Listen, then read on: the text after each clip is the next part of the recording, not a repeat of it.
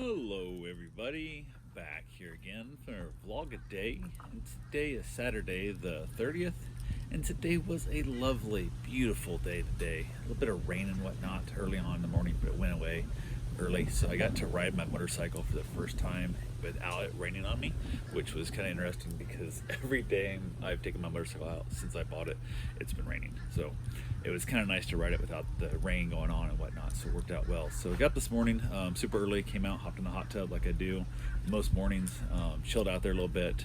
My bride finally got up so I could get back in, make a little bit of noise and stuff. Not worry about waking her up, giving her as much rest as she can because she needs extra sleep on the weekends because life sucks, and when you're going to work every day, sometimes you don't get as much sleep as you should, especially when you add in me getting up Monday through Thursday at like 5:20 in the morning.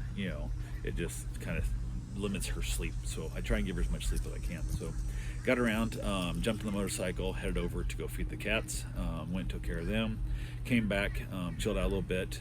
My bride and I decided to take the bike out for a little bit to go to an open house that we went to. Actually showed up at the first open house at the wrong address, so it's an open house. It's going to be tomorrow, not today, but it is what it is. So we basically stopped there, and it's like, we're a couple minutes early, but no big deal. And it's like, they don't see any signs, we don't see anything. I'm like, what the hell? So got off the motorcycle, and my wife couldn't figure out how to get off the bike. She's not been on like more of a taller sport type looking bike. Basically the big Boulevard I had before had a backrest in the back like a trunk that she could put her hand on to help get herself off the bike. So she kept trying, and she's like struggling and stuff, and she tried like 3 times and checked it out each time. She's like trying to get it off.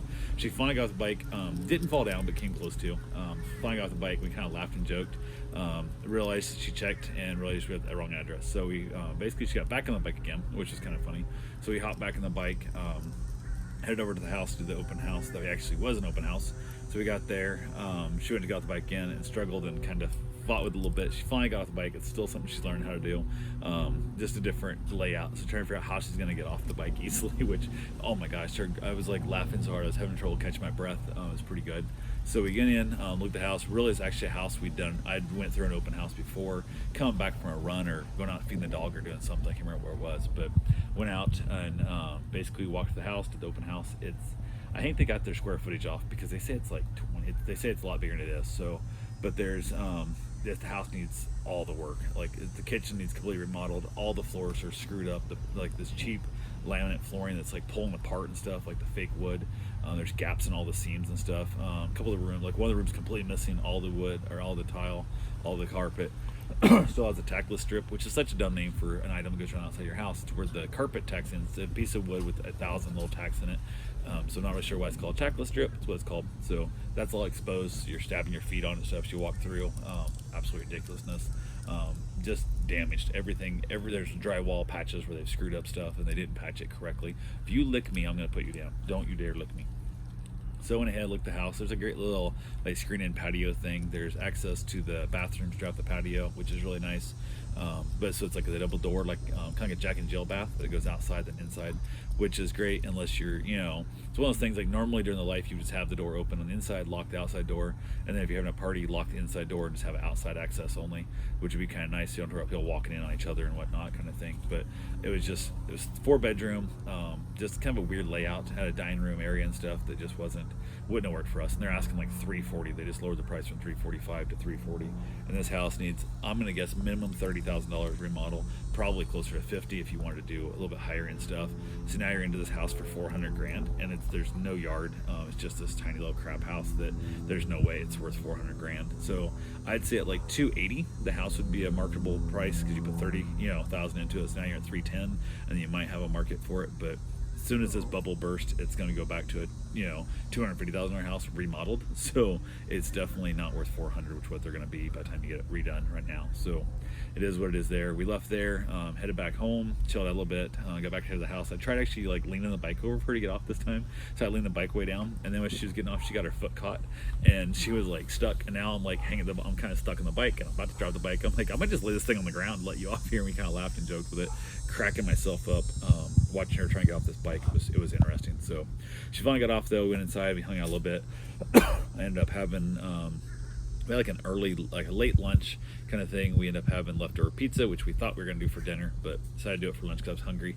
I'd screwed up and ate a peanut butter and jelly sandwich earlier in the morning, and that once I start eating in the morning, I feel like I have to eat all day. So Usually I eat dinner, is all I eat. But we had lunch and that. We chilled out a little bit. It was time to go look at another open house, and then from there we had to go do meet and greet out by the golf course for a new dog we've not met before. We did 2 other meet and greets here at the house. They both went pretty well. Nothing spectacular, just kind of simple meet and greets. Went out, did the meet and greet out there, met with the people. They want us to stay at their house with their dog, and it's over Thanksgiving, so we chatted about the fact of bringing the dog to our house and whatnot during the day kind of thing. Then my wife stay out there at night because it's a young 4-month-old puppy. So we're definitely wanting the dog to have a little bit of a peaceful resort to get back to the house, to kind of get away from all the activity that dogs would have. Because the 4-month-old and the hyper dogs we usually watch can be a little overwhelming. It can really kind of tax on the dog a little bit. So one of the dogs we watch out there at that same little, I guess, gated community thing had recommended us to these people, and the meeting went well. From there we went over and met the people that recommended them, because we would stay at their house and watch their dog also often. And from there we went ahead and chatted them for a while. We hung out there for a little bit. They're redoing a bathroom, which they said, basically Karen uses more than they use themselves, because they don't use that bathroom much. So we kind of laughed. He goes, "We're about to have your bathroom remodeled." It was kind of funny. They're getting close to being done. He goes, "By the time you get here, it should be done." So we were kind of joking and laughing. Told us the horror story of the lady who came to watch their dog after we couldn't watch it. We watched it part of this day, and then we took off on the cruise, and the lady came in and told us the horror stories, read us some of her texts and stuff that she sent, and she seemed like a complete nutter. Oh my god, it was ridiculous. They were asking, like, she thought there was other people in the house and stuff, and just crazy stuff. So yeah, turned on all the lights, and they don't even think she spent the night there like she was supposed to. I think she left. She tried to come back at one point. The gate was closed, so she was freaking out there and stuff. It was not what was supposed to happen. So they were not happy. The second day there, she decided to peace out, and basically just said that Rover would contact them with a new setter because she wasn't going to stay there anymore. Supposedly the house was making her sick or something. As a whole, just a crazy woman. So I went ahead and she left them screwed. They had nobody. Rover never even contacted them at all. Which is the app for Rover is just an absolute piece of trash.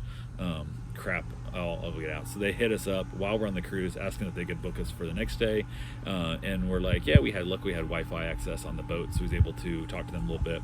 Heard the rest of our stories. We chatted and talked, and just good people, laughed and joked and had a great time. And the dog was just so excited to see us, and just like ignoring them completely, like didn't want nothing to do with them, just like all up on top of us and and stuff. And it makes them feel so good that knowing the fact the dog is still happy to see us and wanting to play with us, and excited and everything that we're there. So we had a good time.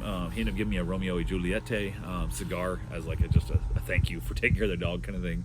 So we laughed and joked and had a good time there. Headed back, got here to the house.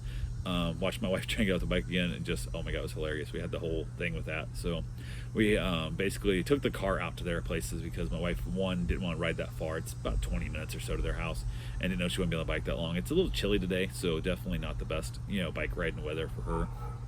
Hung out here at the house a little bit. It was time for me to go back and basically feed the cats again for the second time today. Headed back over, fed them. The cats didn't eat their soft food overnight, which is not like them normally. So I'd contact the owners and say, hey, they didn't eat overnight and stuff. And they were thankful. I was concerned about the cats, but not to worry about it. So got back, cats eating all the food, so we're good there. So everything's good to go. Got back to the house. I was gonna go for a run. Told my wife to pick out a scary / suspenseful Halloween-y type movie kind of thing and whatnot. And she's like, I don't know what I want to watch. So she gave me 3 choices. I just went by title, just picked one. Ended up, it was Shutter Island, and it was weird. It was definitely weird. And I do not do well watching movies. Most of the time I fall asleep in the movie. I can watch 5 hours of TV, and, it doesn't matter a bit. Like, it's not a big deal watching episode after episode. But for some reason, with a movie, I don't make a full movie hardly ever. So I dozed off a few times, so I kind of missed a few parts here and there, but I figured out most of the big beats. I was waking up kind of paying attention to the movie that was going on, and we kind of laughed and joked with it. I was just exhausted. I have no idea what made me so tired either, but I was tired. I didn't go back outside even in the patio to have a cigar like I normally would have. Just said hello that we had some chips and dip for dinner instead of, because I had that big pizza in the middle of the day. So went ahead and chilled out there, said to hell with it. Was able to basically head to bed. We went to bed surprisingly early, way earlier than we normally do. Actually fell asleep pretty early and was able to call it a day. So I think she's got to go to her dad's tomorrow. She's going to go today and decided to go tomorrow instead. So it is all what it is. But yeah, other than that, 3 meet and greets. Another one never contacted back. Trying to get with meet and greet with them, but haven't got that scheduled out. So we'll see what happens. But anyway, that's all I got for right now. I will talk to you guys tomorrow. Have yourself a safe, wonderful day. Thanks for watching.